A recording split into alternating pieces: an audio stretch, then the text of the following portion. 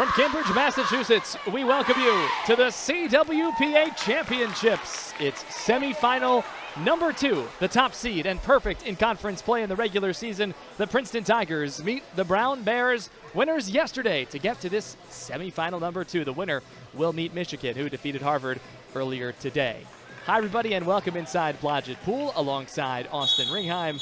I'm Drew Casey, and Austin, as we talk about this matchup, this should be a pretty good one. Princeton has run through the CWPA, but has played 2 tight games against Brown. Yeah, no, 100%. I think both matchups come within 2 goals or so. So, again, not necessarily super outmatched, but I know that both teams have done a good job game planning for today. I know Brown had a big task in front of them yesterday, but, again, knowing that this could be looming on the horizon, I think they feel really confident and comfortable with where they are coming into this afternoon. So, should be really interesting to see. Again, I think a little bit of a different style from both teams. I know that the Princeton Tigers do have a few really dominant offensive weapons. Again, trying to work through the center, inside out. Brown really trying to use their center presence, playing in a little bit more vertical game. But I do know that Princeton can and has gotten into transition and been able to swim some opponents. So should be really curious to see what the adjustments are made. And again, should be another really exciting matchup on the books. Our officials, Stephanie Villalobos, she'll ready the whistle to begin play today, and away we go. Steve Reddick is our second official. Princeton attacking a direction from left to right, and it is the Brown Bears going right to left here in the opening 16 minutes of play. Again, winner against Michigan, defeating Harvard in our first semifinal just a little while ago, wrapped up about 45 minutes ago or so. Steve Redding and Stephanie Villalobos again are the officials for this contest. Give me the starters here in just a moment. Inside quickly, it is Jelensky on a quick 6-on-5, and it is unable to go. Lindsay Lucas, the CWPA Player of the Year, is the Princeton goalkeeper, with Kate Mallory, Rachel Carver, Kayla Carroll, Mira Burkhardt, Ava Houlihan, and Kayla Jelensky drawing the nod for Coach of the Year's Derek Ellingson's Princeton Tigers. Brown going with not exactly the same lineup. One change, no Emily Swang in this game to start and not expected to play at all.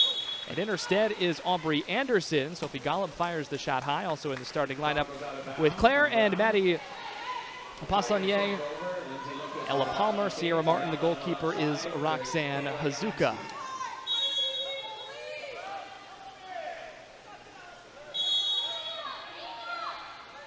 Two meetings in the regular season, 2 wins for the Tigers, 9-6, 12-10, but this one carries much, much more weight.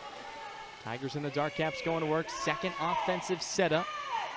Had some success in this area recently, and it continues here. The strike from distance, there's Ava Houlihan, and it is 1-0 Princeton. Yeah, that was a great lookout shot. Again, you can see her recognizing where her players are on the left side of the pool. She gets one big fake, kind of looks to the left, then she just buries it back to the strong side, catches Hazuka out of position. Hazuka, one of the best goalkeepers in the league. Get to this point of the year, you've got one team still alive in the championship, Alex Brown and Michigan there, and Lindsay Lucas, not just Defensive Player of the Year, Goalie of the Year, Player of the Year, and rightly so. One of the best in the country. You can make an argument she's the best in the country. I know she's been a huge part to the Tigers' success over the last 2 years, and again, really trying to feed off the defensive stops and the defensive momentum to carry them into that offensive possession or that offensive front court stand. He was named Defensive Player of the Week 7 times during this regular season. Skip shot from Brown is off the near post from Sophie Golub. Second chance opportunity coming at even strength. Some drops a bit here. I'm going to have an awkward, unusual setup there for the first 10 seconds of the recycled clock for Maddie Passanier. Yeah, we saw this a little bit yesterday where they're trying to isolate one center towards the right side of the pool, then maybe get a little bit of north-south movement coming from the left side, see if they can either create a power play, maybe create a cross-pass opportunity. Shot is high. Was there a touch from Lindsay Lucas? There was not, just straight high. Will it be Princeton possession still? Yes, and plus a player. Yeah, so that was a little bit of an impediment there. I believe that Poissonnier thought that the defense going into offense thought that she swam over her. Referee felt otherwise, felt that she was almost impeding her forward movement, and that's ultimately what resulted in that power play. Another power play, unforced error, too hot to handle. Jelensky looking for Ava Houlihan and unable to keep that one alive, and no shot on the 6-on-5. Yeah, I mean, this is the first game for the Princeton Tigers this weekend, so again, really exciting look to it. Again, has a little bit more juice in this game versus maybe the regular season, so again, just needing the Tigers to kind of settle in, figure out what their rhythm is, and find some success. Pass that was jostled away. A little bit of an excuse me from Sierra Martin looking for Ella Palmer, but I'm not sure she ever really had it there. Kate Mallory was defending closely, and the steal and takeaway. Ahead to Rachel Carver, first team all-conference, and rightly so, finds Kayla Jelensky, who scores. That connection has worked a number of times this year, and here it gives Princeton a 2-0 lead in the first quarter of the CWPA semifinals. Yeah, again, another great shot from Jelensky here on the left side, the left flat, I guess, per se. Just making one or two big pump fakes, improving her angle, burying that ball high, bar down, cross cage. So Ava Houlihan and Kayla Jelensky have scored for the Tigers here. For Kayla Jelensky, that is her 61st goal of the season. She was on a career high tying 60 entering today, so that is a new single season career high, and that's 180 in the career for the junior from Stamford, Connecticut. Or excuse me, 176, approaching 180. 2-0, Brown looking to get back within one, inside of 2 meters before that pass was on the way for Hanata Dreisel. Princeton could take a 3-0 lead. Yeah, so usually when we see that ball enter into that 2-meter line, that becomes the new goal line to Dreisel. Unfortunately, it was inside of that ball. So even though the ball was inside the 2, maybe about the 1-meter marker, to Dreisel ended up just a little bit inside of that ball, which has ultimately resulted in that offensive turnover. Offside, essentially. Kayla Carroll up and around for Ava Houlihan, 4 to shoot. Close defense being applied. 3 seconds shoot into traffic at center, just trying to make something happen. And the finger wave from Roxanne Azuka. I don't think she was saying no, no, no. I think she was pointing to her teammate to get it up the far side. Yep, she's helping communicate to her teammates that, hey, the ball is on the right side of the pool. We can attack, continue to move the ball forward, so that way they don't necessarily slow down, looking to try to locate where the ball is. She can kind of help be that extra eyes for the Brown Bears. But for those who saw it as a finger wave, pretty cool to see. Yeah. Inside turnaround, Palmer dispossessed. Crashing defense from Kayla Carroll. She's had a really strong senior year for Princeton, and some around the Princeton program a little disappointed that Carroll was not an all-conference player. Certainly a big-time contender. How about Kayla Jelensky and a 3-0 Princeton lead less than 5 minutes into this semifinal. Yeah, the Tigers have done a really good job from the defensive side of things, particularly flying all over the place, doing a good job of crashing. You can see the Bears not really necessarily getting able to get that extra pass off. They're forcing these turnovers, and that's really just stemming their offensive transitions. They're pretty much, for the first half of the period, they pretty much always had at least one woman advantage coming into the front court. So really paying off for them in terms of their experience and composure. You saw the pass from Rachel Carver again. Carver on the season has 67 assists now and is sitting on 99 points. Has also scored 32 goals. Carver climbing the all-time ranks. Almost has 200 career assists at 195 now in less than 3 complete seasons. And that's awesome. I mean, to have a selfless athlete like that has that vision and game IQ to be able to set her teammates up, that really is a coach's dream right there. Tigers hoping to get back to the NCAA National Tournament. They made the national semifinals last year as the CWPA tournament champs and went unbeaten in the regular season this year. Brown, though, a team that last year lost in the first round. We talked a lot about this yesterday. Able to avenge that defeat on first day Friday. And now, not that they're playing with house money because they've been right with Princeton every game, but looking to find a way into the championship game. Yeah, no, absolutely. And again, in a situation like this, I know from both staffs, it's really not even necessarily about what's on the scoreboard right now. It's what is the product that they're putting in the pool. I know that they have a really high bar and obviously a high floor as well that they've set for their program. So it's really just continuing to play up to that standard, continuing to put their best foot forward, play their best water polo, particularly today, as we know that tomorrow is not necessarily guaranteed, and see if they can continue to chip away at this lead and put this thing within arm's reach. Michigan awaits the winner in the championship game. Harvard will meet the team that comes up short in the third place game tomorrow morning.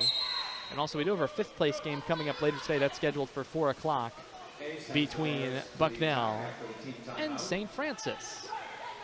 3-0 the score. Princeton with the advantage. A Brown timeout to try and settle into this one. Cleo Washer is out. Strong first-year campaign for Washer. Holding, looking, and scoring. Well, just what Felix Mercado and the Bears were looking for out of the timeout. On the board, 3-1 in the first. Yeah, I mean, that's exactly how you want to capitalize off of that timeout there. Again, all smiles for the Bears, just getting one on the board. Again, yesterday we saw that offensive shooting performance. They were really dominant going through that 4 quarters of play there. So again, just trying to continue to come back in the pool, find that rhythm, continue to see, ultimately pick up where they left off last night. Brown, certainly a defensive identity type team. You can make the argument that all the teams in the semifinals really are. Yeah, I mean, I think there's a lot of similarities in terms of how we all think about the way that our team should be playing this game. Again, trying to hold your opponent to 10 goals or less, that usually puts your team in a good position to be successful. We know the offense will come at any point, but you can't just continue to give teams runs or any of these 2 or 3 goal stretches. It's really about the defensive side of things, stemming the counter and stemming the offensive possession. Kayla Carroll put that one on the cage. Roxanne Azuka, a strong save with the left hand. Knocked it out over the end line, so a new shot clock for Princeton. Felix Mercado hoping he can keep this game in the 9s, 8s, give the Bears a nice chance. Lobbed into center, bobbled, looking for Davidson. And it's taken by Brown, a chance to get it to 3-2. Yeah, unfortunately that pass came into the center position dry, and what that does is that gives somebody with the length or reach of somebody like Maddie Poissonnier an opportunity to really reach out, knock that ball out, and create the turnover for the Bears. Looking for an opportunity to go back-to-back. How about that from the Bears? 2 in a row out of the timeout. Hannah to Dreisel making it that score. Again, picking up right where they left off. They're feeling a little bit more confident now that they've been able to break the seal, see one go into the goal. Just continuing to attack with some confidence, some balance, and get up and put that thing away where it needs to be. So a nice response for the Bears to get back right in this game and avoid an early disaster. In the previous 2 meetings between these two teams, it was a 1-goal game after the first quarter, and this is an offensive. Brown can tie quickly with a 3-0 spurt of their own. Offensive against Yelensky. Brown is yet to go to the power play. No foul trouble to speak of just yet. Quickly going right on back for the Tigers. Yeah, that was on number 19, Gabby Montalvo. Again, we talked about it earlier today and a couple days prior. The difference between the men and the women's game is the suit. There's a lot more to grab on the women's suit, so that usually can be used for their advantage. But unfortunately, if you can grab too high up kind of on the shoulder or on kind of the collarbone per se, it's a little bit high enough for the referees to see, and that's where the offensive turnover came in. Kayla Carroll blocked out by the field, and that gives it back to the Bears, trying to go short side and beat the blocking hand of Dreisel. But Hannah said no. Since the timeout, it's been all Brown looking to tie here. Claire Poissonnier.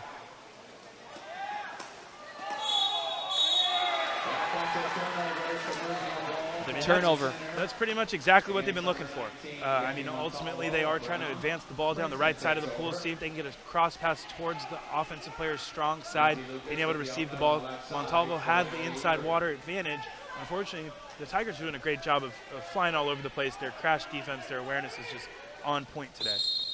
45 seconds to play, and again, no shots being offered. It's just been the hard-nosed defense winning offensives. We call this a swim meet, Drew. Not too much to break up the break up the movement.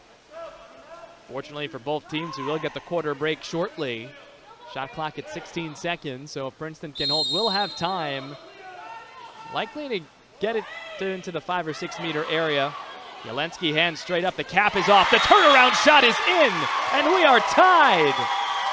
Maddie Passanier, 3-3 is our score.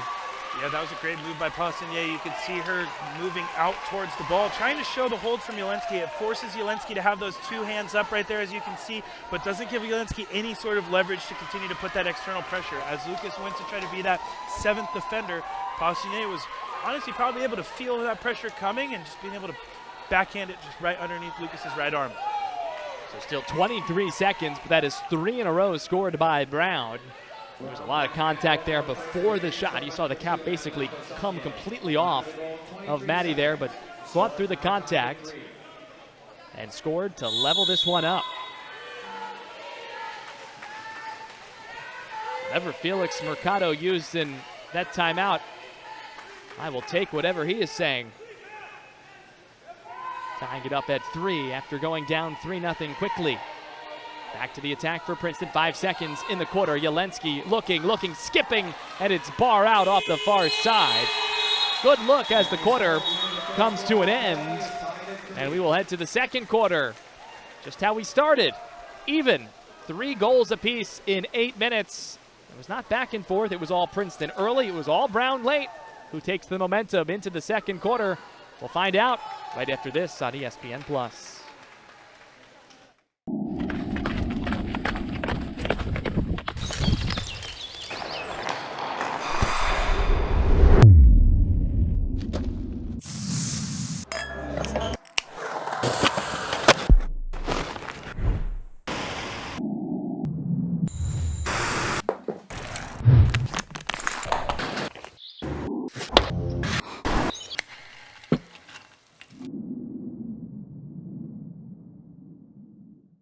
Welcome to the community. We want to introduce ourselves to you. We're a not-for-profit financial cooperative founded and operated by Harvard employees. If you work or study at Harvard or any of the teaching hospitals, you and your family are eligible to join. We've helped thousands in the community buy their first homes, pay off their student loans, and build strong credit. Ask your friends and colleagues why they bank with HUEC. And get to know us at huecu.org/hello. I love when families are able to come here and I can tell them they don't have to worry about paying for their care. They've got enough to worry about taking care of their sick child. Every single person that contributes is a part of that St. Jude family that makes that happen. Because of donors, we're giving families hope. Ticket Smarter is proud to support St. Jude Children's Research Hospital. $1 of every transaction will go directly to benefit St. Jude Children's Research Hospital. Visit ticketsmarter.com to learn how you can help today.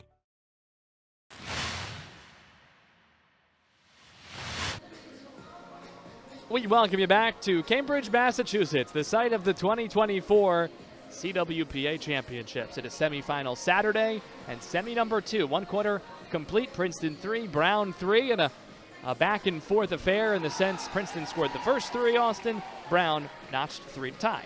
Yeah, no, I mean, the Tigers came out really hot. Again, trying to impose their dominance or impose their will. But again, the Bears did a good job of settling in, kind of matching that level. I mean, honestly, almost like letting the game come to them in a sense. Once they kind of figure out what the tempo was and the pace of play was, you really saw them settle in. And again, we saw a big offensive performance from the Bears last night. So again, now that they've kind of found their rhythm, you've seen them just continue to chip away and kind of pick up right where they left off last night.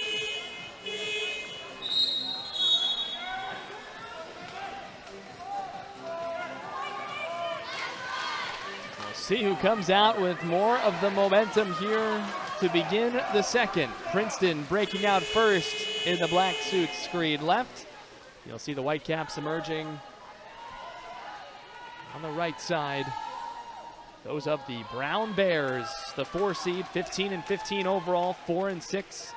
The record in the league. Princeton, the 11th ranked team in the country entering this weekend, 21-6 overall, and perfect 10-0 against CWPA foes this year. Second quarter sprint, won by the Tigers and controlled by Kayla Carroll, looking to retake the lead. Brown has not led at any point Princeton went off, fantastic start. Transition goal, then the timeout from Brown, and since then, a little bit of a different looking game. Shanna Davidson starts quarter 2 out there with Ava Houlihan.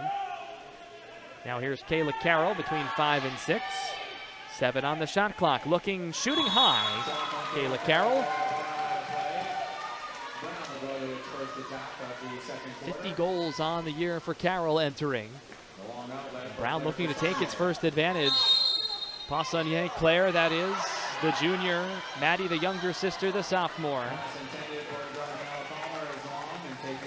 Palmer had the advantage there. Unfortunately, that ball was just a little bit out of reach, so there wasn't necessarily any sort of impediment because it was an errant pass. But if that ball was put a little bit closer to Palmer's right hand, I think she could have potentially either drawn an exclusion or potentially a penalty shot. Rachel Carver drops it back. That is for Kayla Carroll. Has to go back near mid-pool. 7 on the shot clock. This is going to be a long range, if anything, for Princeton, most likely. Yelensky does get it to center. Davidson rises, fires, and scores as the shot clock was nearing its expiration. That possession did not look good for Princeton, but the Tigers cash in nonetheless. Yeah, I mean, great recognition from Davidson that she does not have much time to make any sort of movement, so she didn't waste any time immediately getting that ball elevating, putting it cross cage high. Just a little bit out of Hazuka's reach, and that's a tough shot for a goalie there, especially at the 2-meter line. You kind of have to just take your halo or kind of within your arm's reach and hope they kind of shoot it in there, and you can put some external pressure on it. Davidson somewhat flies under the radar. Princeton likes to bring Davidson off the bench. This one is blocked by Olivia Krotz. But Davidson is one of 5 players with more than 30 goals on this Princeton team. That was number 31. Yeah, I mean, she has a great center presence. I think she really helps kind of control what the Princeton Tigers offense looks like, really forcing teams to come back into that zone-type defense, freeing up her perimeter teammates. How about the reach there by Princeton goalkeeper Lindsay Lucas, who was able to knock the intended pass away, intended for Maddie Poissonnier. And a yellow card has come out against Felix Mercado. That's why the ball was brought out of the water.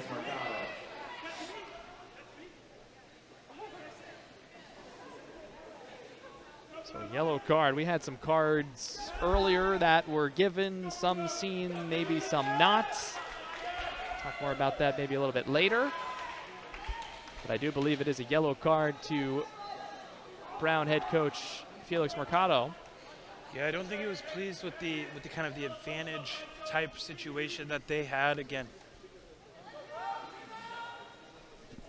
So that administrated here with 6:19 to play in the second. The short of the story from earlier was Michigan head coach Cassie Churnside was shown 3 cards and was ejected. Sammy Hill, the assistant in her stead, led the team in the second half to a victory over Harvard. Yeah, I'm not entirely sure if that's the first situation that's happened, but not a bad start to your head coaching career by going 1-0 in the semifinals. Certainly would take it, and it looks like she'll have an opportunity to be the head coach tomorrow. She'll have to be. And Lindsay Lucas is able to make the stop there. Maybe just credited with the steal. It was a softball, just with the team defense helping out.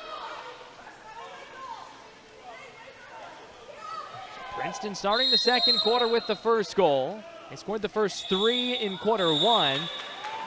Now an exclusion and an advantage for the Princeton Tigers. Yelensky gives for Davidson. Good sequence now with Ava Houlihan. Davidson, who has scored in the quarter. Now Carroll. Back to Ava Houlihan inside of 2. Back to Yelensky. And the pass cannot be converted, but it's a 5-meter coming. Rising for it was Olivia Krotz, and it will be a 5-meter coming as our official, Steve Redding, indicates a hold on the wrist.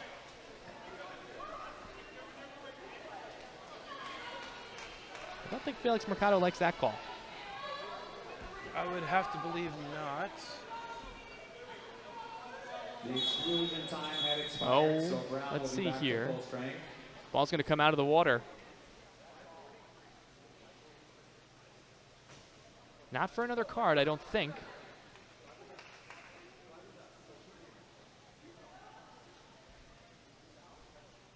Not Sure for what there. Maybe Yeah, confirming numbers. Regardless, it's going to be Jelensky. There was no secondary card shown. Jelensky skips and scores, converting on the penalty to make it 5-3 in favor of the Princeton Tigers. Yeah, so I think what ended up happening there was at first one of the referees said that it was against number 2, Maddie Poissonnier, but it looked like they changed the number on where the exclusion was. It almost looked like at some, oh no, just kidding. It looked like that was awarded to number 2. Poissonnier. So good news on the Brown side. There is no foul trouble. It's 4 different players with 1 at the moment. 5-3 Princeton with the advantage. Starting the second quarter, similar to how the Tigers were in the first. A lot of action going on up top at 3. Now towards center. A lot of contact. It's just a common whistle. Yeah, you can hear the Brown Bears thinking that that should have been a little bit more than just an ordinary foul there. And a 5-meter awarded here as Maddie Poissonnier got inside water. And looking to match with a penalty strike on this side. Yeah, Poissonnier doing a good job of making that quarter turn, creating that advantage for herself. She let go of the ball to show the hole. Aubrey Anderson takes the penalty and makes the penalty. It's a 5-4 game, 4:51 left until halftime. Yeah, I mean, the Bears have been in this situation before where they've given up, you know, that 3-goal run in the first and then just continue to chip away to tie it up. So, again, a semi-familiar place here for the Bears, and good to see them close the gap within 1. See Lucas going right. Anderson, the freshman, making the start. Again, no Emily Swang, the junior, who was second on the team in points with 60. Big absence for the Bears in this game today. But Anderson up to the task. Played well yesterday, and likely we'll see extended time, more than her season average here today. And starts with defense on both sides. This is Kaylee Jelensky. Moves in with 10 to shoot. Dishes off now. Mallory is in for the Tigers. Into center. Lots of traffic. Stopped. Kept out by Hazuka. Looked like Charlotte Riches a touch.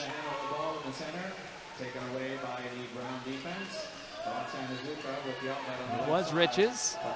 A number of star first-year players for Princeton. Lobbed into set. Brown looking to tie again. Lucas is out.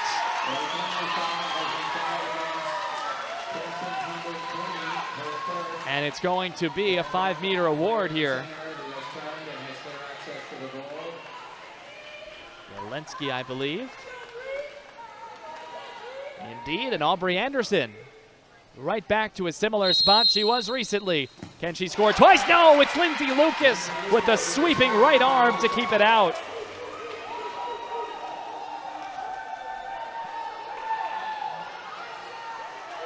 Tigers looking to use that into offensive momentum. Could make it really a 2-goal swing with the score here. Ava Houlihan. Shot clock inside of 10 seconds, and it's center, and another exclusion drawn. Not a 5-meter this time. Ava Houlihan fires, and the field block just over the bar, and a big smile. But hold on. Something has happened. Cleo Washer had the block, so it appeared. On the shot by Princeton. The defensive blocked the ball out of play. On the change of possession, Brown back to full strength. So Brown's going to get possession. Yeah, so it looked like there was the confusion because I believe the referee called the goalie tip, which the Tigers would have retained possession. Reverted back, recognized that it was a field player for the Bears who got the shot block, and that resulted in the Bears' offensive opportunity. Appears to be the correct call from what we saw. Just a slight hiccup and stoppage there. Maddie Poissonnier looking to tie at 5 inside of 4 minutes. Jelensky got a piece of the block, almost actually hit an own Bear and Sienna Berry as well. Shot blocking clinic all day, Drew. All 4 teams that we've seen so far have done a really good job of funneling the ball, getting into a position where they need to be, getting the hands up nice and big, staying wide as a technical base position, and getting a ton of shot block opportunities. Yeah, it's been fun to watch. Into set. Mallory looking to control it, but it was the Brown Bears crashing effectively, efficiently, and quickly. Sophie Golub, one of the leaders of this defensive unit, working with Maddie Poissonnier. Into center, Palmer, a lot of traffic. Lucas is out and got it cleanly.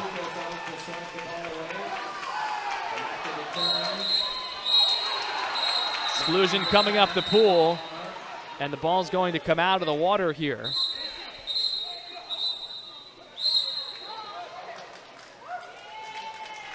So for the over-aggressiveness, they called a double exclusion on number 10, Ella Palmer, and number 20, Kayla Yelensky.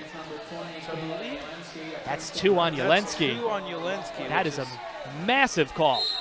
Yeah, so essentially the early one would be when Yelensky swam over Palmer in transition, and then Palmer tried to do her best to maintain possession, but she kind of threw Yelensky back, and that's kind of where that double exclusion came from, a little bit of an over-aggressive movement. The lob, will it go? Yes, it will. Into the back of the net for the Tigers, and Shanna Davidson makes it 6-4, Princeton.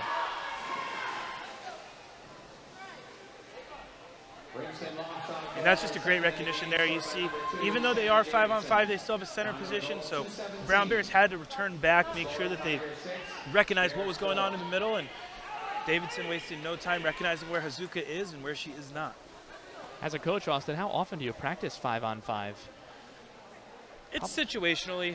I believe, essentially we set up the same way in the sense of a balanced offense. You just have a lot more room to work with. So it actually is in favor of the offense when you are in 5-on-5. There's not as many defenders that can crowd the area or clutter anything up from what you're trying to do offensively. Do you pick a side to only have one on, or is it more? You still kind of work through the side of the center, so you're still trying to make sure that you overload where that center position is and then being able to attack the other way. How about that? Rolling it over, getting just enough on it. It's punched in, I believe, Gabby Montalvo. Yeah, a little bit more of an unconventional shot there, but great job from Montalvo from not giving up on the play and just kind of willing her way into the goal. And we did not really see Montalvo at all yesterday, and you mentioned her name in the first quarter, and Gabby scores there. That's a big one. I mean, with Song out, it really leaves an open hole for pretty much any and all Brown Bears to step up and fill that void. So far, Montalvo, especially with that goal, seeing some of that time. Back to a one-goal game, 6-5 our score. Less than 100 seconds remaining in the first half of semifinal number 2. A little bit of a quick call there from the referee. Again, as that ball entered, she used 2 hands to almost impede that forward movement from the Princeton Tiger offensive player, and that's what resulted in the exclusion. Quick fire shot in tight by Princeton. And plenty of whistles. Yeah, there was a quick timeout there. Coach Mercado really wanted to make sure that his team retained that possession. A little bit of a situation where he might wanted to run a play or kind of go over something, but I think ultimately it was really to help his team out in the water, make sure that they retain that possession off of that miss, and see if they can get a couple, at least 1 or 2 more on the board before going into the half. And that was from Mira Burghardt, who fired the shot there.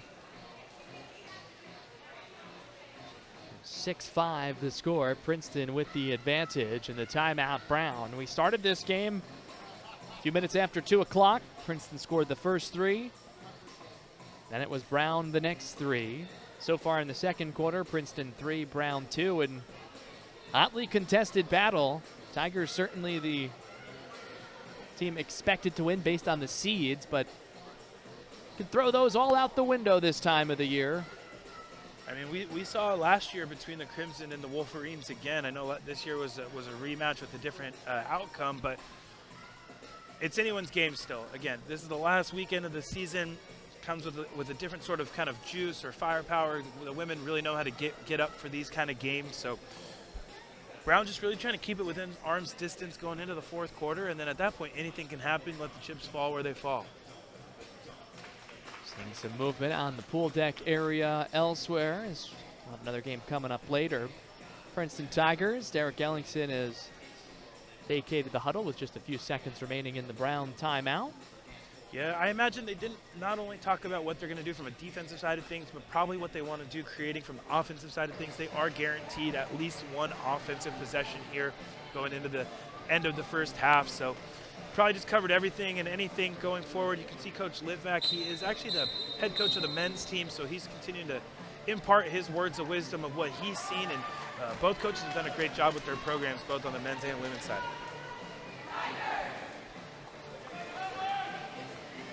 Certainly a tough matchup for you when you see Dusty on the other sideline. Austin, head coach at MIT. Exactly right.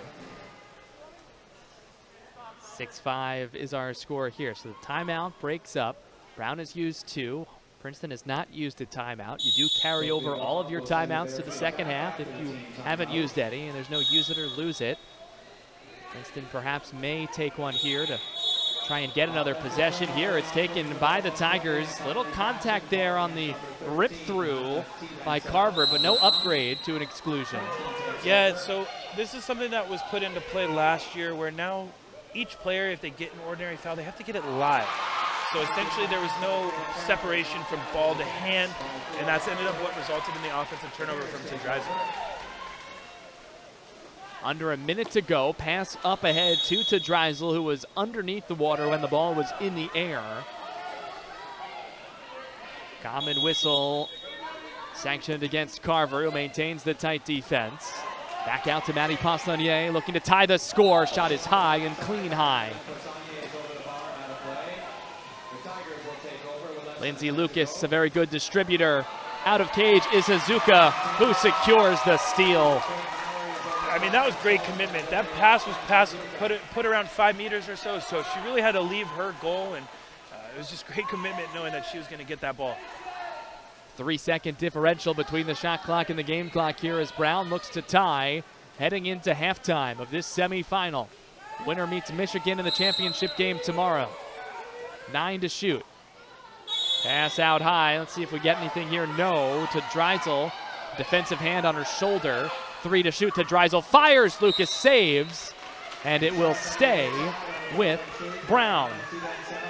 I'm sure they've gone over something with 5 seconds left where they retain possession to see how they can maybe get a quick cross pass into maybe a redirect or something using the length of Postanier. Back to it. The pass across. They do get it to Maddie Postanier. Can she fire? Yes, got it away. That is off the outside of the cage. Outside of the cage, no goal there. And we have reached halftime with the score. Princeton 6 and Brown 5. We have got a good one here, Austin. Yeah, no, I mean, we anticipate that for all 3 games today. Again, the Tigers continuing to find their rhythm. They've found a lot of success on the perimeter as well as working through the inside through their center position. But credit to the Bears. They have not given up. They have not gone away. So they're continuing to do what they need to do to put their team in the best possible position to be successful and maybe put the ball a little bit cleaner into those smaller areas that they're trying to work through and see if they can reward themselves coming into the second half. Well, the leading scorers for both of these teams, Kayla Yelensky and Ella Palmer, each with 2 exclusions against. It'll be interesting to see who steps up in the second half. We'll take a break. We'll come back third quarter on the other side. Princeton leads Brown 6-5 in this semifinal matchup on ESPN+. These Bulldogs are the top dogs. Auburn, an overtime winner. Princeton into the round of 32. National NCAA Women's Rugby Championship in the Big Green of Dartmouth. That will do it. The Brown Bears and the Lions walk off. And Cornell will play on Championship Monday. I think the shared commitment we all have is that we're here to decrease the stigma around mental health. We want to make it a more open conversation, whether it's talking about student-athlete mental health, coaches' mental health. We got one goal, we just got to work together to complete that. I think the evolution of the conversation about mental health has become prominent year after year for the last decade, if not more. But I think we're finally at the tipping point where the conversation isn't just about how are we reactive to prevent worst case scenarios, but how are we managing everyday stressors and activities? I have really loved today. I mean, just the conversations. I love talking about mental health, and so being able to dive deeper. I think the keynote was incredible, seeing what mental health in athletics looks like really at the highest level. Mental health is the same thing as physical health, right? We all have it. You guys are all in the sports space. You wake up in the morning and you do a physical check. It might actually inform how you work out that day, how you approach your training. What would happen if we took the same approach to mental health? This is my first mental health summit that I've been able to attend, and just recognizing the value of sharing those best practices. We all have very unique institutions, and so, I think it's very valuable to sit here and think, hey, that's really cool, jot that down. How can I adapt that for our institution? And it's also a really incredible moment to be able to just have a lot of school pride, a lot of league pride. I've always thought mental health is very important. The stress and anxiety that student athletes have to go through to play their sport, to compete in their sport, like there's so much going on outside of that. And I think this mental health summit is like a really good step forward to decrease that stigma and to continue to give access and to continue to give thoughts. I think mental health is something where, because we don't talk about it as often, I think coaches might not fully understand the grasp of what that feels like to an athlete. If your team is not open about talking about mental health, you have to open the doors and you have to be like, guys, like, we're all in this together. Dartmouth College has taken holistic student-athlete development incredibly seriously. I was one of a few athletic administrators with a sports psychology background, and then since my role has evolved in the last 5 years, I've been able to continue to support a team that is collectively building to enhance mental wellness, well-being, and performance of all of our student-athletes. How do we make sure we're cultivating an environment? And this is where everyone in the room has an impact on the environment that occurs within your campus. And all of us need to be actively cultivating it. I want the idea of mental health being stigmatized to be something so of the past that we can't even imagine not having this open conversation.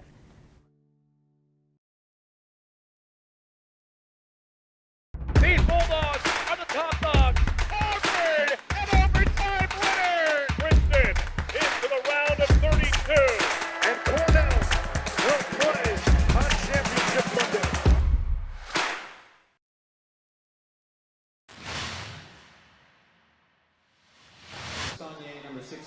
Here we go, getting set for the second half of semifinal number 2 of these CWPA championships here in 2024. Appreciate you hanging out with us. Austin Ringheim, Drew Casey, and a very, very animated Brown bench. We got to them just in time for their second half pump up. And Bears down 1 here, looking to beat Princeton for the first time all year, and it would be a massive, massive win. There are the Tigers. Derek Ellingson popping out of the seat. He's got no hat on today. That is always a thing to watch for amongst the Princeton faithful.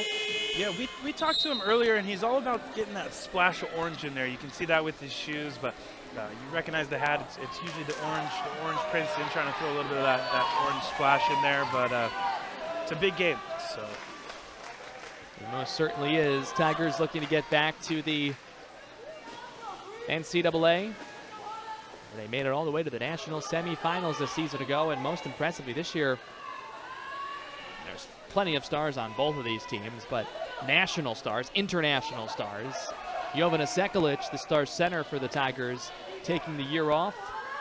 A member of the United States senior national team at the most recent World Aquatic Championships, and hopes to play a big role in the Olympics this year. Yeah, we're really fortunate out here domestically in the States where the women's water polo is considered one of the best leagues in the world. So you see a ton of international flair in here, getting that experience, getting to learn from some of the best coaches in the world, and again, trying to ultimately take that experience, bring that back to their home countries and compete at the highest level.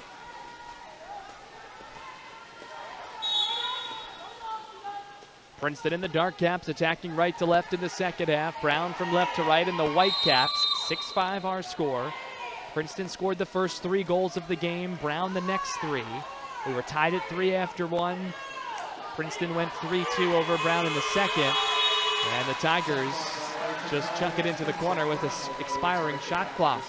Yeah, I mean, that was a high-level IQ play from Jelensky. Instead of just kind of dropping the ball and turning it over, she put it to the goal line where she forced her defender to have to swim laterally and almost slow down the transition and get her Tigers back on D.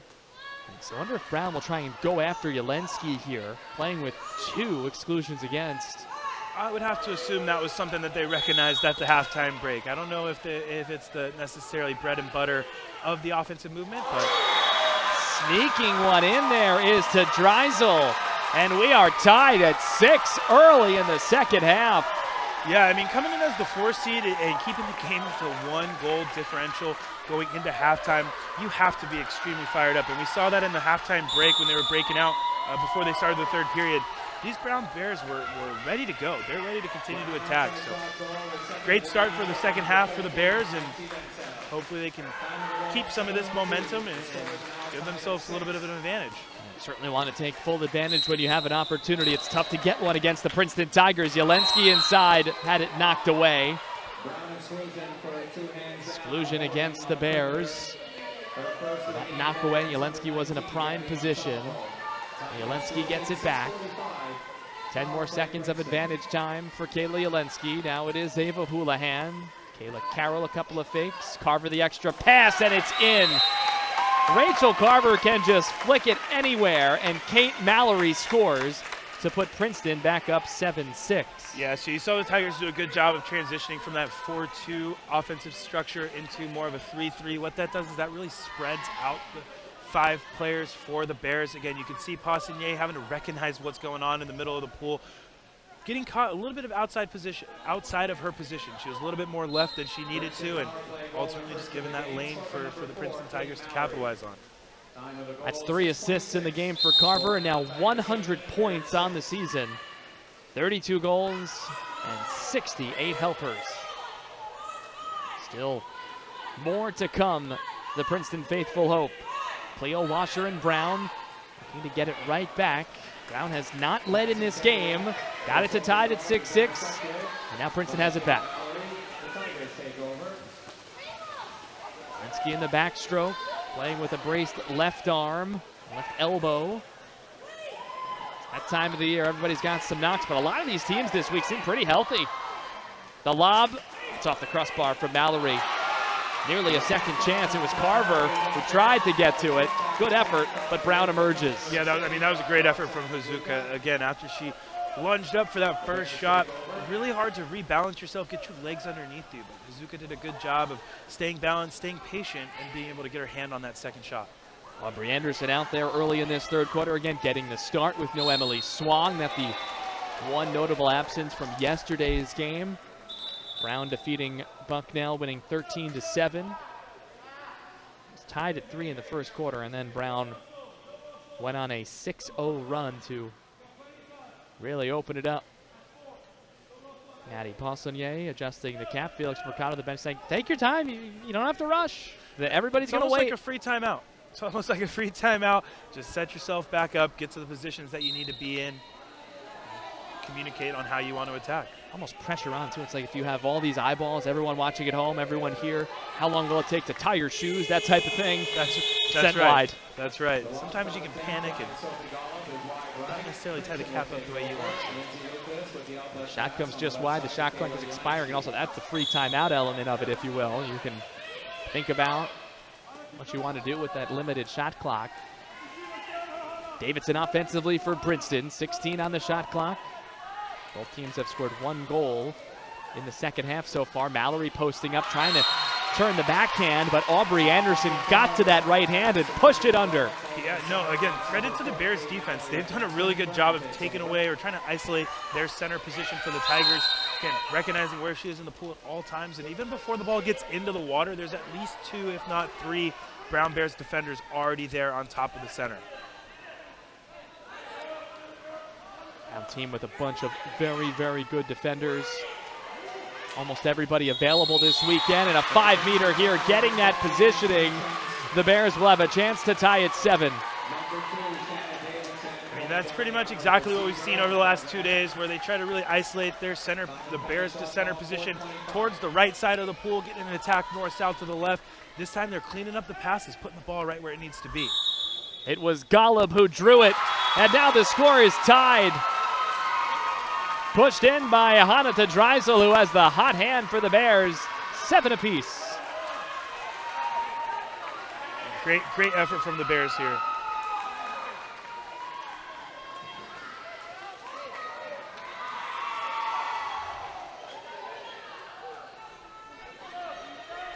were tied at 3s, tied at 6s, and now tied at 7s. The third tie we've had. We saw the resiliency from the Bears last night, and then again, the Tigers getting challenged, so it's really exciting to see them continue to answer the bell as well. And Jelensky surveying, looking, inside, turnaround, Davidson denied by Hazuka.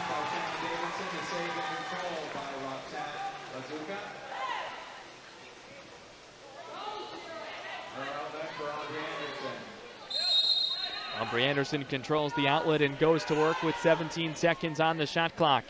Now Martin. Lobbed inside, pushed under perhaps, or clearly stolen either way. Princeton has it, Kayla Carroll there.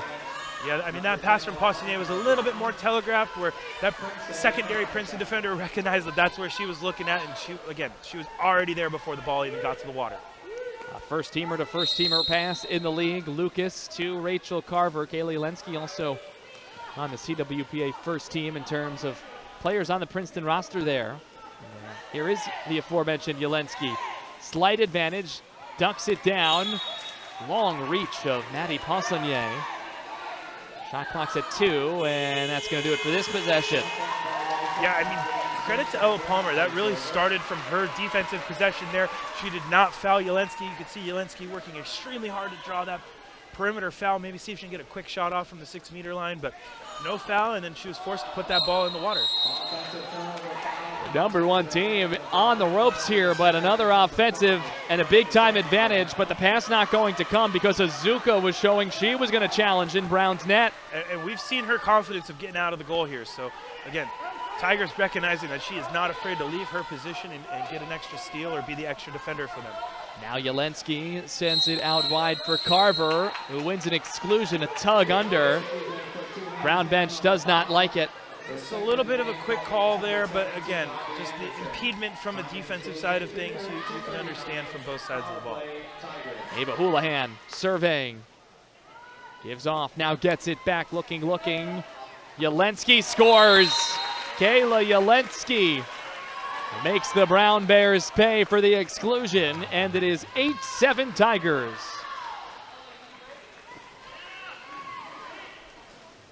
Got ourselves a dandy of a game here. Yeah, I mean, you can see this shift here, bringing that deep wing back into the post position, really just forcing Maddie Pausinier to recognize where that post is. Jelensky sliding a little bit deeper into that pocket and just opening up a lane for her to be able to get that quick catch and shoot and not giving any of the Brown defenders an opportunity to come back over their hips and get into position. That's 4 goals for Kayla Jelensky in this game. 2 in the first quarter, 1 in the second, and 1 so far in this third quarter just moments ago. Ticking towards 2 minutes to go, quarter 3. Sophie Golub finds Maddie Pausinier, long range, but a lot of space to operate. Extra pass knocked away. Good hands there by Allie Lurie, seeing some time for Princeton. Yeah, the Tigers did a good job there of not necessarily putting a press-type defense on that drive. They almost had 2 girls hovering over them, so when that ball came in the air, she was collapsed on, and there was no real opportunity for her to get any sort of shot off. Lurie dropping it back, now works its way further around, looking for Grace Houlihan. Grace and Ava out there together into set. Berghardt is rejected. Roxy Hazuka, a strong save to keep it at 1.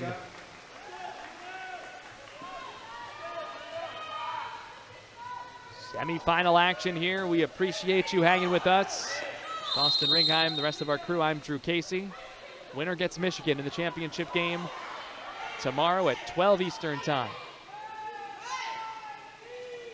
If it's Brown, that would be a surprise around the world of women's collegiate water polo.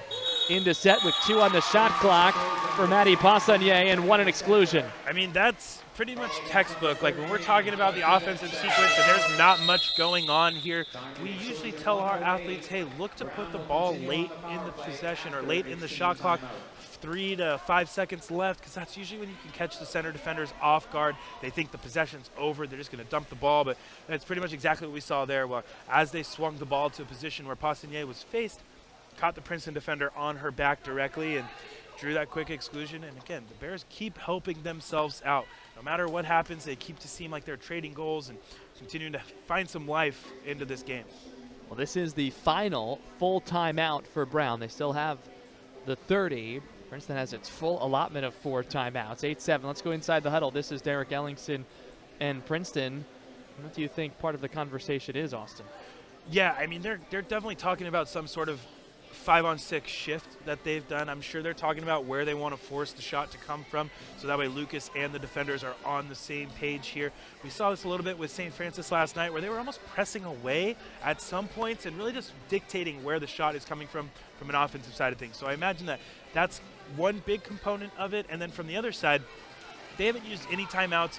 There's 2 possessions left in this third period, so I assume that not only talking about the defensive side of things, but what they want to clean up on the offensive end to see if they can maybe get a quick one to separate the lead going into the fourth. Princeton has already swum out of its huddle. So 40 seconds of the timeout. Brown can use as much of it as they want, but what are you expecting here from the Bears out of it? Yeah, I mean, ultimately trying to put Poissonier in a position to be successful. I think all 6 perimeter shooters have done a great job of finding that confidence, finding that rhythm, but I imagine that they're going to talk about how can they open up a post player, use the length of number 2, Matty Poissonier, and see how they can best exploit the Tigers' defense that they're going to come out in. Matty 2 goals yesterday, Claret 4. And we're back to it. About 10 seconds remaining now of the 6-on-5 time. Bears looking to tie the score at 8 late in the third quarter of this semifinal game. Yeah, you can see them shift extremely hard to the left here. What that's doing, that's putting that deep wing defender to pick between one versus the other. Mira Burghardt, the block on the Tedreisel shot. Coming out of the exclusion area was Poissonier. Back to Brown. With the new shot clock, able to get to it despite that pressure coming from the exclusion area. But it now will break for Princeton. Yeah, unfortunately that north-south drive, I believe that was Aubrey Anderson coming in there. She just swam over the top of the Princeton defender, and that's ultimately where that turnover came from. Really big possession here. Princeton can get it to a 2-goal lead headed to the fourth quarter. 4-second differential between the shot clock and the game clock. Burghardt, the big block, triple team comes, and that's a clean takeaway. Matty Poissonier able to get to it. Here we go for Brown, maybe 7-on-6. This is great. This is a great confidence for the Brown Bears. They recognize that there's 10 seconds left in this quarter. Let's get as much of an advantage as possible. Anderson lobs and sends it well wide. Good effort, though. Trying to sneak it over Lucas and lob it in the corner. And we've reached the end of the third quarter. We have got a good one. A tight affair between Brown and Princeton. Winner heads to the CWPA championship game tomorrow afternoon. 8-7, fourth quarter, coming up right after this.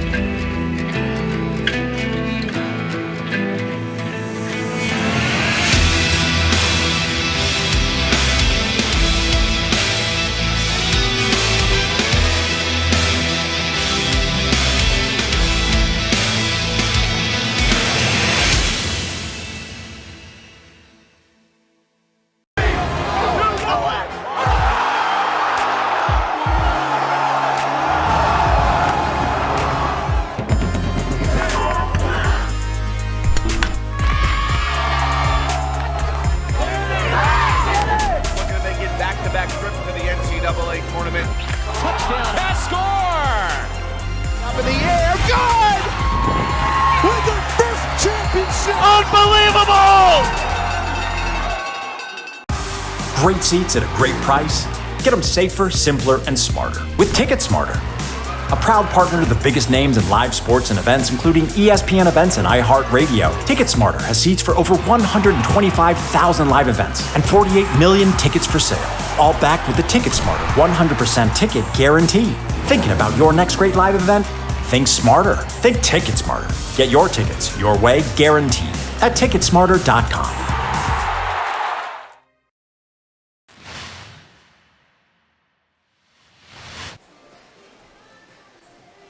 We are back here with you as we get set for the fourth quarter. Princeton and Brown, 8-7 our score.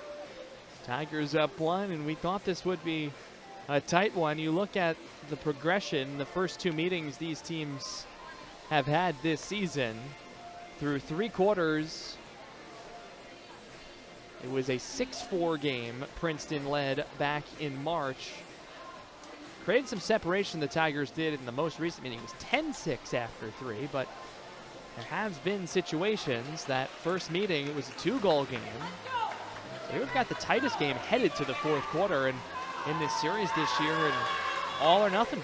Yeah, no, I mean, exactly. The message for the Tigers is continuing to do what you've done all the way up throughout the season here. They've obviously had a dominant conference run, going 10-0 in the regular season, so continuing to get back into that flow and rhythm and find some of that confidence going into the fourth quarter. And if you're the Bears, this is pretty much exactly what you wanted to draw up going into this weekend. Being able to be within arm's reach, again, leave everything in the tank here. Tomorrow is not guaranteed, so you can see the Bears fired up to continue to come out here and try to put 1 or 2 away. They should feel a little bit more confident, and again, we've talked to Coach Mercado about this. If he can hold this Tigers offense to around 9 goals, he feels that should put his Bears in a position to be successful. So coming in 8-7, they're pretty much right where they want to be. I'm sure they're continuing to just inject a ton of confidence into his team and, you know, seeing how the last 8 minutes shake out. Big time sprint. It'll be Anderson left to right for the Brown Bears, and Kayla Carroll has been very good on this side of the pool in winning sprints and does so here. Flicks it on back and controlled by the Tigers and Rachel Carver. So Princeton will have the first possession. Especially in such a tight game here, anytime that you can start with the ball and maybe get yourself at least 1 extra possession, definitely the better, and will continue to put your team in a position to be successful. Carroll 43 and 14 in sprints now, winning more than 75% of them. Very, very impressive. But tends to only take them when the setup is on her side of the pool, which actually is the left. So they're going for the win and can set up and swim across. And looks like an offside call, 2 meters maybe.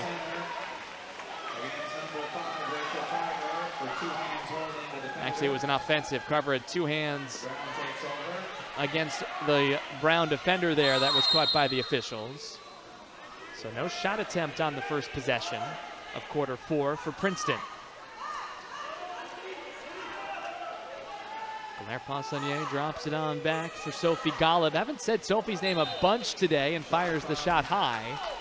Yeah, she came out swinging yesterday, so expect her to wake up in this fourth period. Again, she's done a great job of being a senior leader for this Bears program. Comes in with a ton of experience, been in games like this before, so I expect her to continue to help lead her team to a position where they can ultimately try to pull out this win. Also does a lot of work on the defensive end. Coach Mercado calling Sophie the leader of that defense. Does a lot of things you don't even notice. Addie Poissonnier defending here. The Tigers going to work. Still even strength here. 4 to shoot. Ava Houlihan, a slight bobble, now fires high. Maybe never really fully got control back. I mean, that was just a great closeout from Golub there. Again, as she was continuing to get closer and closer to Houlihan, Houlihan saw less and less of the goals. So that's pretty much where she felt like going high was pretty much the only option, and sending the ball above the goal. Foul trouble could play a massive role. Anderson has 2, so does Palmer. We haven't seen Palmer very much in the second half for Brown. 2 for Kayla Yelensky for Princeton as Lindsay Lucas stops the short sider. Mallory unable to get to the rebound. It's Aubrey Anderson, and another trip for Brown. Taking towards 6 minutes to go in this fourth quarter.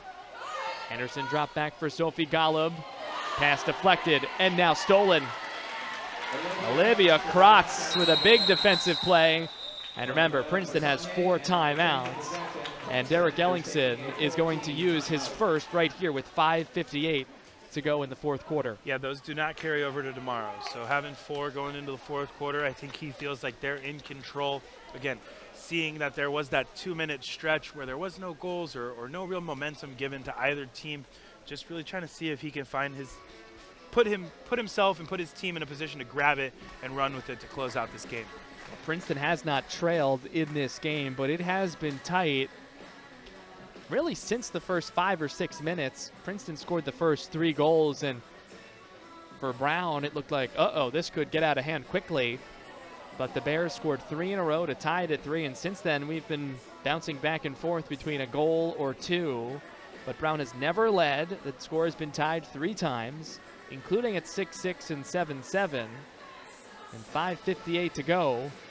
Of course, anything can happen. And Felix Mercado, again, looking to keep the defense for his team shining, but will probably need to get to 10 goals if you want to win this in regulation. Yeah, absolutely. And again, Coach Mercado taking advantage of the Princeton timeout, recognizing that he probably needs to save that one timeout for the very end, just in case they're in a situation where they're 1 goal down. They need to get a big goal to either push it into OT, or maybe they're tied trying to get the lead here. So anytime that the Tigers can call a timeout, I know that they'll take advantage of that and think that that also is working in their favor as well, getting an opportunity to pull them in, talk about what's going on. So I imagine that they talked about not only this defensive stand here, but what they're going to try to do over the next 2 or 3 minutes until there's a next stoppage in play. And that's a great point. Just 1 timeout left for Brown. That is the partial, so just used to move some bodies, a quick sub. Not going to get that full conversation to draw something up. So let's see what Princeton has drawn up here, leading 8-7. Lindsey Lucas surveying as the breakout commences. Yeah, we started seeing the Tigers doing this a little bit to start the second half here, where they're trying to isolate one of their players on the left or the right side of the pool on that right post here. So you saw them with the clear out of the wing, bringing another offensive player down to the deep side. See if they can almost take away the Browns' drop. Only 4 seconds left on the shot clock. This is Davidson inside, has to fire quickly. Kratz does, and couldn't get much on it, and Hazuka able to save it comfortably.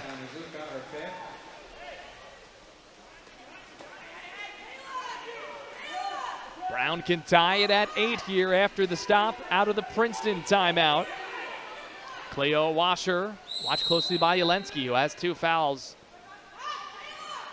Foul out really would change the complexion down the stretch here. Aubrey Anderson also 2 fires. Lucas got it with the right hand. Did catch the boundary lane line though, so it will stay with Brown. Another chance.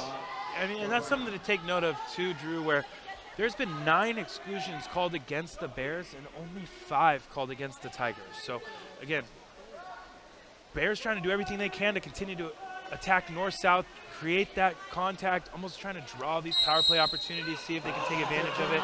Unfortunately there, as that drive was coming down north-south, there was just... Look out. We're going back and forth. Good recognition from the Bears. Little mini transition, although no one really ever had time to get back before it changed hands back to the Bears. Washer gets off the post and stays out. So close to a tie.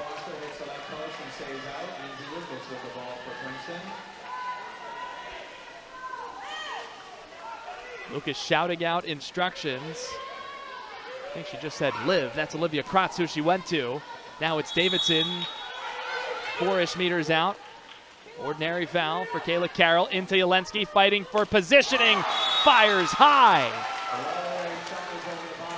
Yeah, I mean, that was a great defensive stand by Aubrey Anderson there, guarding Jelensky.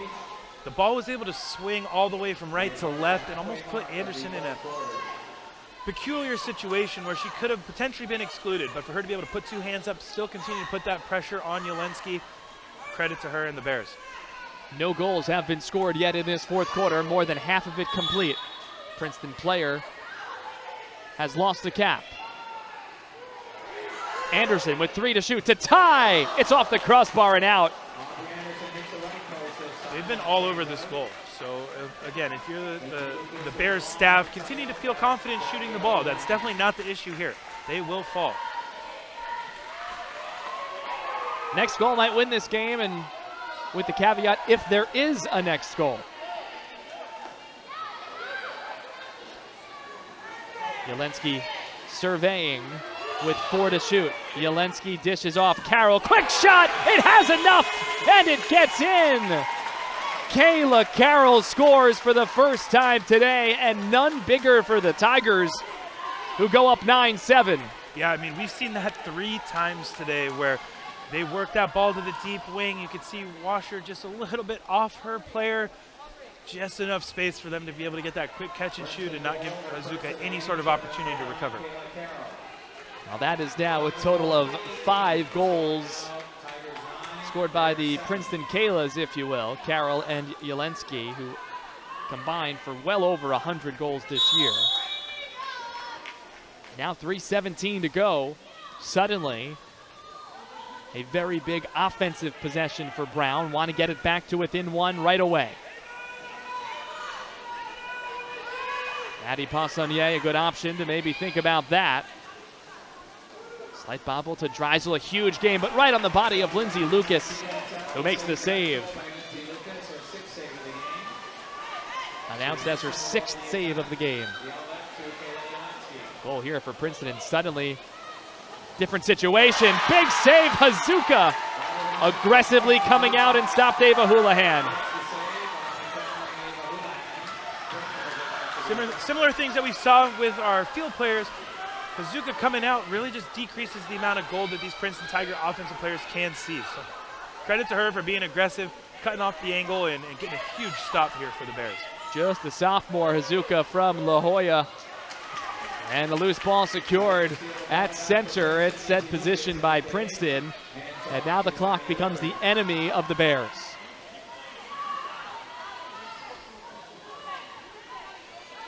Allie Lurie just going for a Saturday swim. Takes 20 seconds. And a goal here might seal it for Princeton. Houlihan back out. This is Kratz, 2 to shoot. Berghardt stopped. Might not have counted. Remember, Brown just 1 timeout. That's right, you're kind of in territory where you want to start thinking about when you can utilize that. Hopefully they can get a quick goal in here, see if they can take advantage of it with the last possession of the game, but you're trying to probably utilize that here pretty soon. 15 seconds to shoot.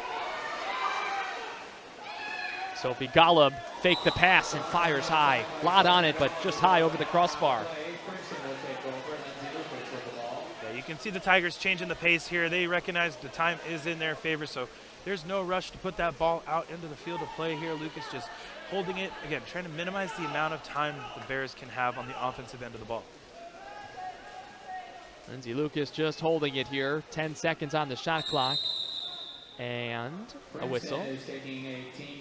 And Princeton will take a timeout. Again, can't take them with you. 3 left, now it's 2. And Princeton will talk about the game plan here with 9 seconds to shoot. Up by 2 with 1:05 to play. Again, as much as this is about making sure that the Tigers get back to defense, not giving up any sort of transition goal, this kind of plays into the favor of the Bears here with only 1 timeout left, and you're guaranteed at least 1 possession, maybe 1.5 type situation here for the Bears. You might be able to talk about what you're going to do on the offensive side of things, trying to get a quick goal, so then when you do get the ball back, potentially with 8 to 12 seconds left, that's when you can use your partial timeout, get everybody set up, see if you can get 2 quick ones here to tie this thing up and push it into OT. How much of an offensive scheme are you talking about if you're Derek Ellingson here? Because a goal for Princeton in these 9 seconds essentially does end the game. Yeah, so you're probably talking about isolating maybe 2 or 3 players here. You're really trying to think about, hey, we can work from the left side of the pool or whatever side they want to attack from, and then really recognizing from the other side, the other 3 or 4 players that, hey, you don't need to necessarily be in the offense right now. You want to make sure that we're recovering back to defense. We're not giving up any sort of transition opportunity here. So you are definitely talking about the offensive side of the ball, but you're also really trying to talk about, hey, we want to work through these two or 3 players here, see if we can get a quick shot off, but ultimately recognizing that we don't want to watch the game. We want to make sure that we're still playing it and finishing out the next minute and 5 seconds strong.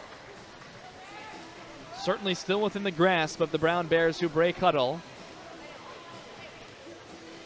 and get back into the setup. Of course, everybody will be back here and will likely restart. Curious how far out Lucas comes. Yeah, I mean, I assume that if you're the Bears, you're talking about a high lane press here. You're trying to get a quick steal. Again, you're trying to buy yourself as much time as you can. So you can see them coming out here in the lanes. You can see Poissonnier a little bit higher up on the shoulder.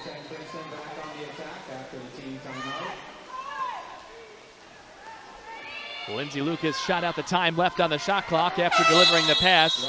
And now Brown's going to take its timeout here after securing possession with 56 seconds to go. So you're going to get everybody up and get a full, 29 seconds of the shot clock. That's exactly right. And the best part is they just did come off of Princeton Tigers timeout. So they've already talked about what they're going to do in this 30-second timeout. So it's not necessarily a whole bunch of communicating. It's, hey, we just went over this.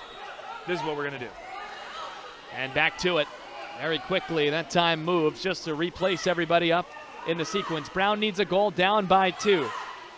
Maddie Poissonnier, Kaylee Lenski playing with 2 fouls, but if you take a third here, that might be A-okay, up 2. You can win this in regulation. The closure came there. The pass was a little short. Yelensky helped knock the passing arm away, and Princeton has the steal, and that should just about do it for the number 1 seed.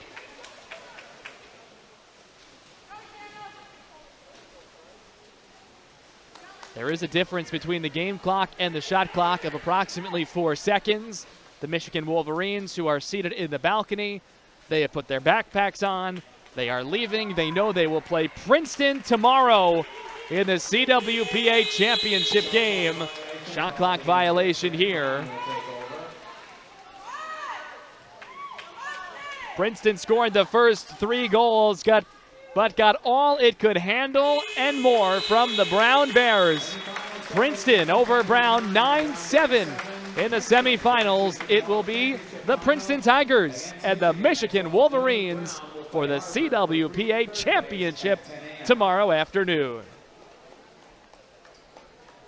The Tigers, again, a win, pushing the mark further ahead this season, looking to repeat as champions in the CWPA, 22-6 now, winners of 8 consecutive.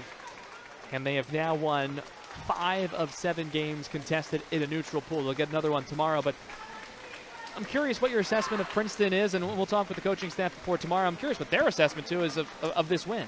Yeah, I mean, again, they were met with some adversity here, so ultimately it's just trying to continue to rely on the inside-out type strategy where they have such a dominant presence in the center between Davidson and Krotz, and so it's really trying to work through them first and early and often and force the force the Wolverines tomorrow to come back into that zone, so that really frees up your perimeter players, people like Yelensky and others, to where you can really kind of feel a little bit more confident, find that rhythm and flow. They never felt like they really took advantage and ran with it. It felt like they consistently traded goals with the Bears. So again, I imagine as you come back tonight and you kind of look over film and talk about what your adjustments need to be, it's not let up on the gas, especially on the defensive end of things, right? It's definitely continuing to impose your will and make sure that you continue to extend the lead rather than take it, get up 1 or 2 or even 3 in the case of the first period, and then ultimately give up those 3 goals and find yourself in a battle throughout the next 3.5 quarters. Well, Brown was hoping to keep the Tigers to 9 or below, keep Princeton to 9, but the defense of the Tigers tough to get through. Brown only scored 2 goals in the second half and did not score in the fourth quarter. In fact, it was 8-7 after 3, 9-7 the final. Yeah, I mean, we did see 1 goal in the fourth period. Unfortunately, it did not go the Brown Bears' way this afternoon, but again, they're playing them tough. So I know they have a big kind of semi-rivalry game or a big rivalry game going into the third place game against the Harvard Crimson. So I expect them to come in fired up tomorrow as well and trying to finish on a win. That's a big-time rivalry as well. Harvard will play Brown in the third-place game tomorrow morning at 10 a.m. The championship game is at noon, and it will feature the Princeton Tigers and the Michigan Wolverines. We are not done yet today. As you can see, there are some other players hopping into the water. Pre-game warm-ups underway, scheduled for 4 o'clock Eastern Time. About 40 minutes away, it will be our 5th-place game featuring the Bucknell Bison and the St. Francis Red Flash. That'll do it for our coverage of this semifinal. For Austin Ringheim and the rest of our fantastic crew, I'm Drew Casey, saying so long for now from Blodgett Pool here in Cambridge. Final score, Princeton 9, Brown 7. It's the Tigers and the Wolverines tomorrow in the championship game. All games airing on the ESPN networks are streaming live and archived on the ESPN app. This has been a presentation of ESPN.